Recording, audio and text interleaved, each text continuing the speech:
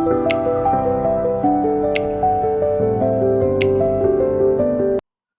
Dear students, welcome back your channel success institute. तो I hope कि आप सब बहुत अच्छे होंगे बेटा।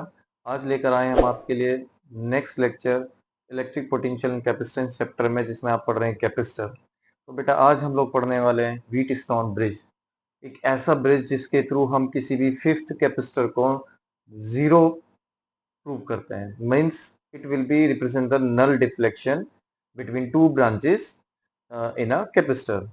तो इससे पहले स्टार्ट करने से पहले मैं आपको बताना चाहता हूँ कि बेटा अब हम लोग आपको नोट्स भी प्रोवाइड कराने वाले हैं, जिसका लिंक हम आपको डिस्क्रिप्शन में प्रोवाइड कराएंगे।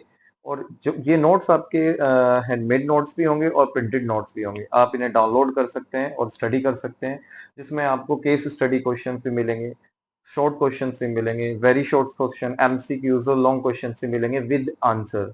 अगर आपको कोई डाउट होता है तो नोट्स रिलेटेड आप कमेंट करके हमसे पूछ सकते हैं, या फिर हमारी फिजिकल क्लासेस ज्वाइन कर सकते हैं सक्सेस इंस्टीट्यूट प्रताप विहार गाजियाबाद में। तो बेटा ये आपको आज से आपके लेक्चर के डिस्क्रिप्शन में ये लिंक आपको प्रोवाइड हो जाएगा, जो हमारी वेबसाइट पर लिंक होगा। उस वेबसाइट पर जा करके आप लोग इन नोट्स को डाउनलोड कर सकते हैं और स्टडी कर सकते हैं, जिसमें मैं आपको बता दूं दोबारा से, हैंडमेड नोट्स भी होंगे और आपके प्रिंटेड नोट्स भी होंगे। ठीक है बेटा, तो आइए स्टार्ट करते हैं आज का लेक्चर, जो कि होने वाला है हमारा व्हीट स्टोन ब्रिज, जिसे हम कैपेसिटर फॉर्म में भी स्टडी करेंगे और रेजिस्टेंस फॉर्म में भी स्टडी करेंगे। अभी सेकंड चैप्टर के अंदर आप एक इलेक्ट्रॉनिक डिवाइस पढ़ रहे हैं कैपेसिटर, जिसे हम व्हीट स्टोन ब्रिज के थ्रू पढ़ेंगे।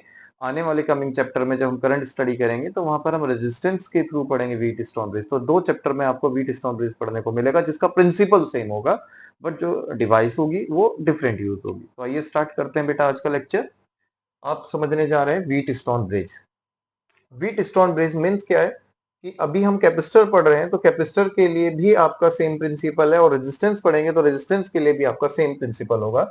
The Wheatstone bridge follow the principle of null deflection. अब ये नल डिफ्लेक्शन होता क्या है? नल डिफ्लेक्शन होता है जहां पर हम कोई गैल्वेनोमीटर लगा करके, किसी भी दो ब्रांचेस, दो आर्म्स के बीच में गैल्वेनोमीटर लगा करके उसका डिफ्लेक्शन जीरो प्रूव कर देते हैं। मीन्स उसमें करंट का डिटेक्शन नहीं होता, और करंट का डिटेक्शन ना होने की वजह से पोटेंशियल भी कितना हो जाता है? जीरो हो जाता है। पोटेंशियल जीरो होने की वजह से वहां पे पोटेंशियल डिफरेंस भी क्या हो जाता है? हमारा जीरो हो जाता है। पोटेंशियल डिफरेंस सेम होने से हमारा पोटेंशियल जीरो होगा, ये आप लोग पहले भी पढ़ चुके हैं। तो ये स्टार्ट करते हैं। पहले आप इसे कुछ काइट जैसी शेप का जैसा आप लोग बनाने वाले हैं, जिसमें आप लोगों को चार ब्रांचेस दिख रही हैं, एक V2X, X20, V2X, X20। ठीक है, यहाँ पर हमने इन फोर ब्रांचेस के अंदर चार कैपेसिटर लगाए हुए हैं, C1, C2, C1, C2, C3 and C4। Again repeat, आप ड्रॉ कर रहे हैं व्हीट स्टोन ब्रिज, जो किस प्रिंसिपल पे काम करने वाला है? नल डिफ्लेक्शन पे काम करने वाला है बेटा। नल डिफ्लेक्शन क्या होगा? नल डिफ्लेक्शन हमें ऑब्जर्व होगा यहाँ गैल्वेनोमीटर में, बट उससे पहले आप इसको कंस्ट्रक्ट कैसे करते हैं? हम यहाँ पर वायर लेते हैं, जहां पर चार कैपेसिटर लगाते हैं, पहले C1, C2, C3, C4, जिसको हम किसी V वोल्ट की बैटरी से कनेक्ट करते हैं। ठीक है बेटा, V वोल्ट की बैटरी से कनेक्ट करने के बाद हम देखते हैं यहाँ से एक क्यू चार्ज मूव करता है। अगर आप कैपेसिटर पढ़ेंगे तो चार्ज के फॉर्म में रिप्रेजेंट करेंगे, अगर आप रेजिस्टेंस स्टडी करेंगे तो करंट के फॉर्म में, by the help of Ohm's law. तो हम लोगों ने कैपेसिटर का फॉर्मूला पढ़ा हुआ है, C is equals to Q by V, ये आप जानते हैं। तो यहाँ जो पोटेंशियल होगा वो क्यू के फॉर्म में रिप्रेजेंट किया जा रहा है। तो बेटा यहाँ से क्यू चार्ज अगर मूव करता है तो हम देखते हैं कि क्यू यहाँ पर इस पॉइंट से दो ब्रांचेस के अंदर डिस्ट्रीब्यूट हो रहा है, एक Q1 के फॉर्म में, एक Q2 के फॉर्म में। क्लियर है? यहाँ पे आपका ये Q चार्ज दो ब्रांचेस के अंदर, दो आर्म्स के अंदर डिस्ट्रीब्यूट हो जा रहा है। ठीक है, एक यहाँ से Q1 मूव होता हुआ जा रहा है और ये यहाँ से Q2 मूव होता हुआ जा रहा है। ठीक है बेटा, जहां पर हमने इस टर्मिनल से और इस टर्मिनल के बीच का पोटेंशियल क्या प्रूव कर देना है? सेम, जिसे हमने x सेलेक्ट किया हुआ है। The difference between, the potential difference between will be same of this point and this point. अगर ये पोटेंशियल डिफरेंस सेम होगा तो यहाँ जो गैल्वेनोमीटर से हमने फिफ्थ कैपेसिटर लगाया हुआ है, ये ऑटोमेटिकली क्या हो जाएगा? नल हो जाएगा। मीन्स इस कैपेसिटर के अंदर कोई भी करंट या चार्ज डिटेक्ट नहीं होगा जब हमें गैल्वेनोमीटर में नल डिफ्लेक्शन शो होगा। नल डिफ्लेक्शन मतलब कि गैल्वेनोमीटर के अंदर जो निडल होगी वो कोई भी करंट डिटेक्ट नहीं करेगी, there is no current between 2 points, there is no potential between 2 points, then the never the flow of charge of this arm. Clear हुआ बेटा? तो आइए स्टार्ट करते हैं। बहुत ही सिंपल सा डेरिवेशन है। हम इसमें बैलेंस स्टेट शो करेंगे इस ब्रांच की और इस ब्रांच के लिए, जिसमें Q1 फ्लो कर रहा है इस डायरेक्शन में और इसमें Q2 चार्ज फ्लो कर रहा है। तो सबसे पहले स्टार्ट करते हैं बेटा। आपको दिख रहा होगा कि इस पॉइंट से जो पोटेंशियल है वो V जा रहा है और यहां से आकर के हमारा जो पोटेंशियल है वो कितना हो जा रहा है, 0। ठीक है बेटा, तो ये स्टार्ट करते हैं। सबसे पहले हम लोग V2x, ए से जो V2x है उसके लिए वर्क कर रहे हैं। तो सबसे पहले potential difference between this arm V minus x, आपने पोटेंशियल डिफरेंस का भी फॉर्मूला पढ़ा हुआ है। ठीक है बेटा, 2 पॉइंट का V1 माइनस V2 होता है, तो पोटेंशियल डिफरेंस के लिए हमने यहाँ पे फॉर्मूला लगा दिया और इसी से क्या फॉर्मूला निकल जाएगा हमारा, Q बाई सी। तो यहाँ पर हमारा V minus x, potential difference between two terminal x, V minus x and Q1, इस आर्म में कौन सा चार्ज है, Q1, और कैपेसिटर क्या लगा हुआ है, C1। क्लियर हुआ बेटा? इसे आप क्या लेट करेंगे, इक्वेशन फर्स्ट। फिर आप इस ब्रांच में आते हैं जिसमें आपका Q2 फ्लो कर रहा है चार्ज। तो यहाँ भी पोटेंशियल डिफरेंस आपका कितना है बेटा, सेम है, V माइनस एक्स, चार्ज कितना है, Q2, और कैपेसिटर क्या लगा हुआ है यहाँ पे आपका, C3। इसे क्या लेट कर लिया आपने, इक्वेशन 2। अब यहाँ पर हम कंपेयर अगर कर देते हैं बेटा, compare equation first and second, तो यहाँ से ये आपका पार्ट कैंसिल हो जाता है, बचता क्या है, रेस्ट आपके पास Q1 upon C1 is equals to Q2 upon C3।